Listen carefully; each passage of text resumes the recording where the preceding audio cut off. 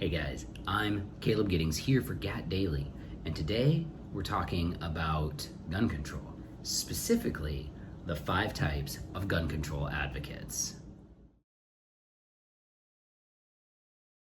Now, as we get into this video and we discuss the 5 archetypes of gun control advocates, I want to point out that a lot of times people who support gun control will embody more than just one of these. These aren't you're only an advocate for gun control because you act this way sort of categories. They're more like I said, archetypes. They're broad brushes that we can paint most gun control advocates into one of these 5 boxes as sort of their primary motivation for supporting gun control.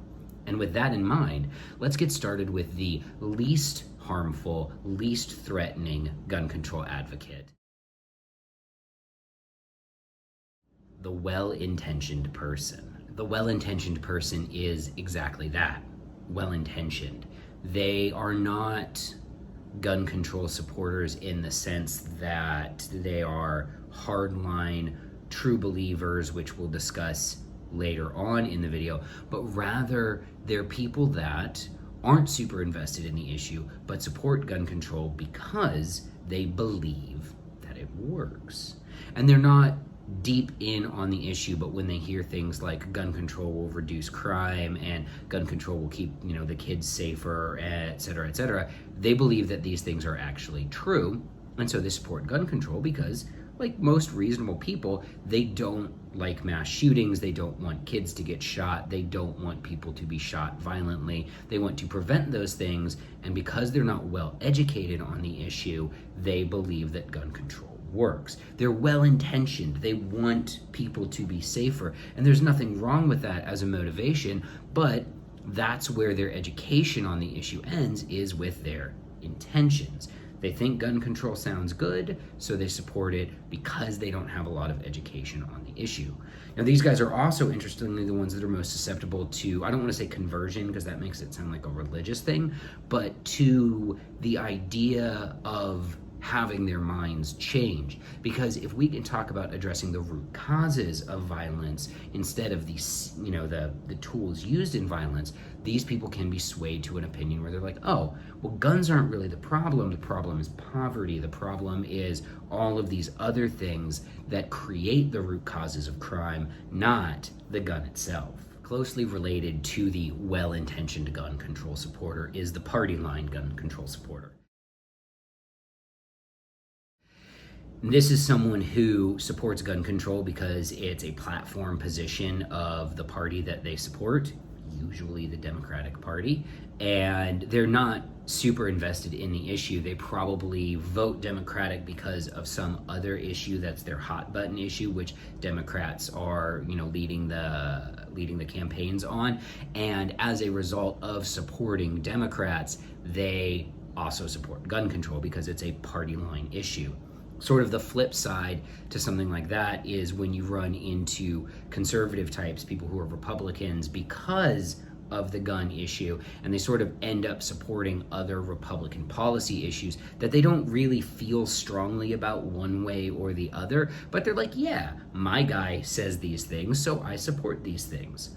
Again, these people they don't have bad intentions, just like the well-intentioned gun control supporter. They just support this because it's the party's platform. And they're like, well, my guy says gun control is good, so yeah, gun control is good. I'm okay with that. And these, again, are the sort of people that you're not going to have long, drawn-out arguments with. They're not passionate on the issue, and they are susceptible to having their minds changed on the issue if you can address the issue from a party platform sort of thing. If you can say Democrats in general are wrong on this issue because they're not addressing the root causes of violence, but instead blah, blah, blah, these people can have their minds changed. I'm not saying you should go out and try to change their minds, but they're far more likely to have their minds changed than the next 3 categories that we're about to discuss. The next 3 categories that we're about to discuss are where it becomes difficult to change people's minds on the gun issue because of the way they react to guns is emotionally based. And that brings us to group number 3. guns are scary. And the reason why this is a group is because it is legitimately one of the groups that advocates for gun control. And you'll see these people pop up on social media a lot where they're talking about how they are afraid of guns.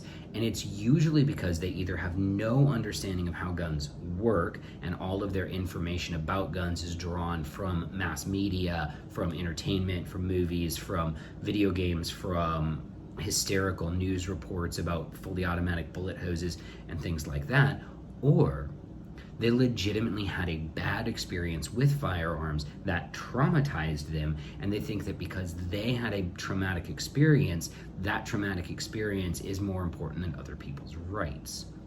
Regardless of the validity or not of that belief, these people are very difficult to sway out of their gun control beliefs, because it's, to borrow a quote from, I think, myself, it is impossible to reason a person out of a position that they arrived at unreasonably. So if someone supports gun control because of an emotional reason, because they think guns are scary, because they had a traumatic experience involving a firearm, your ability to draw them out of that and to change their mind is going to be almost zero. They're going to need to have something happen that changes the way they perceive firearms from a traumatic thing to a non-traumatic thing. And your ability to do that, not great. The best way to interact with these sort of people is to acknowledge the validity of their emotion and say, I respect your point of view. I understand that you had experience X, Y, Z, and I respect that, and I understand why it would make you feel that way. If you treat them like a person to start with, you will be far more successful down the road changing their minds. Your best case scenario with this probably isn't to turn them into a pro-gun person, but rather to turn them from an anti-gun person into someone who's neutral to the idea of personal firearms ownership. The next group of people are some of my favorites because they frequently self-identify themselves on social media. And I guarantee that you've seen a Twitter thread or a Facebook comment or something along these lines where someone will say, well, if I had had a gun in situation XYZ, I probably would have shot people. These people are called the projectors. And these are the people who suffer with repressed anger issues or some kind of repressed issue where they're not able to control their anger. They're not able to control their emotions. And they see themselves in a situation where if you add a gun to that situation, they wouldn't be able to control themselves and they would end up lashing out and hurting people. It's surprising how common this is, but these people are by definition bad faith actors when they're engaging on the topic of gun control, because they're engaging in the topic of gun control from a place where their own messed up personalities and their own issues are being projected out onto other people.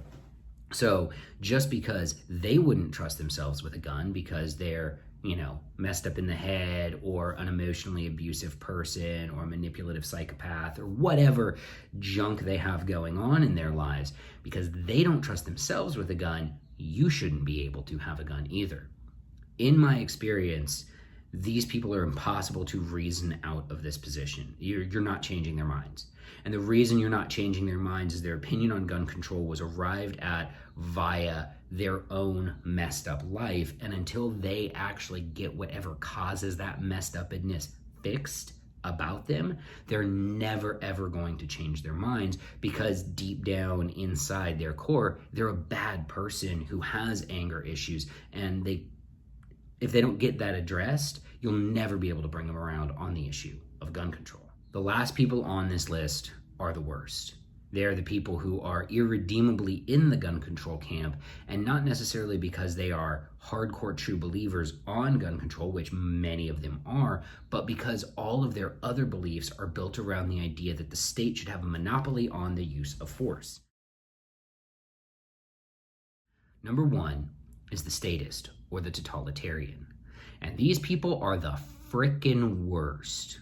These are the same people who in one breath would say that we have a police violence problem in America, and then in the next breath say that the police are the only people that should have guns.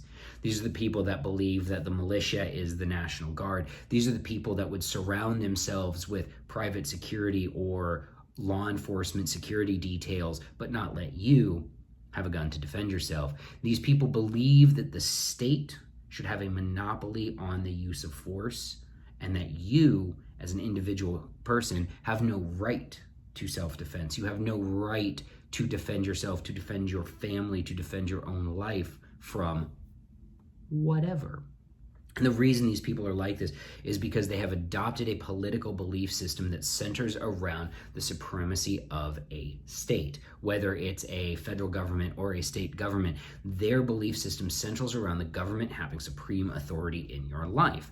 And obviously that idea is abhorrent to most gun owners, who, most pro-gun people, have a shred of individual liberty built into them by default. Most gun owners believe that the world is a bad enough place that we should probably have a gun for home or self-defense, and that the state can't be responsible for our protection. And in many cases, if you look through the great annals of history, it's the state that's doing the killing to begin with.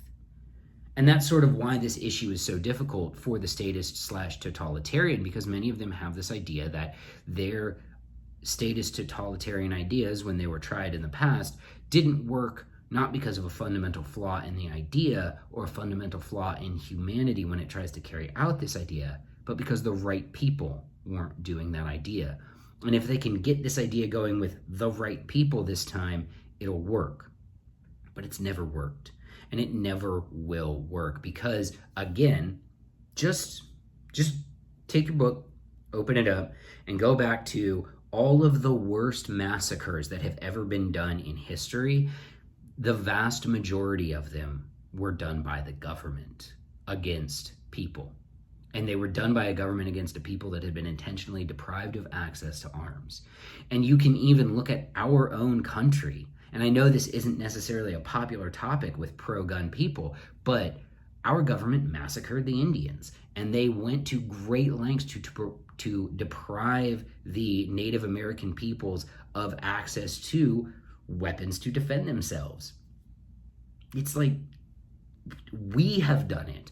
Other nations have done it all the way through history, but the statist gun control advocate doesn't believe that those massacres happened because the wrong people, because of an inherent flaw in the system. They believe that those massacres happened because the wrong people were in charge. And they are true believers in gun control. They really, really are. They don't believe that guns should be in the hands of private citizens, and it is impossible for you to change this person's mind. Really, the only thing that can change this person's mind, someone who is a true believer in the power of the state over the individual, is for them to become victimized by the state, for them to see the negative power of the state over their lives, and to see that and to go, oh, I probably shouldn't trust my government, should I? Which is maybe the ultimate end of this video. Don't trust your government, kids, because the government probably isn't here to help you. So that's it. Those are our 5 types of gun control advocates. Do you guys think I missed one? Do you think I should drop another one in the comments below? Let me know what you think about this video, and add your gun control advocates in the comments. I'm Caleb Giddings. Thanks for watching.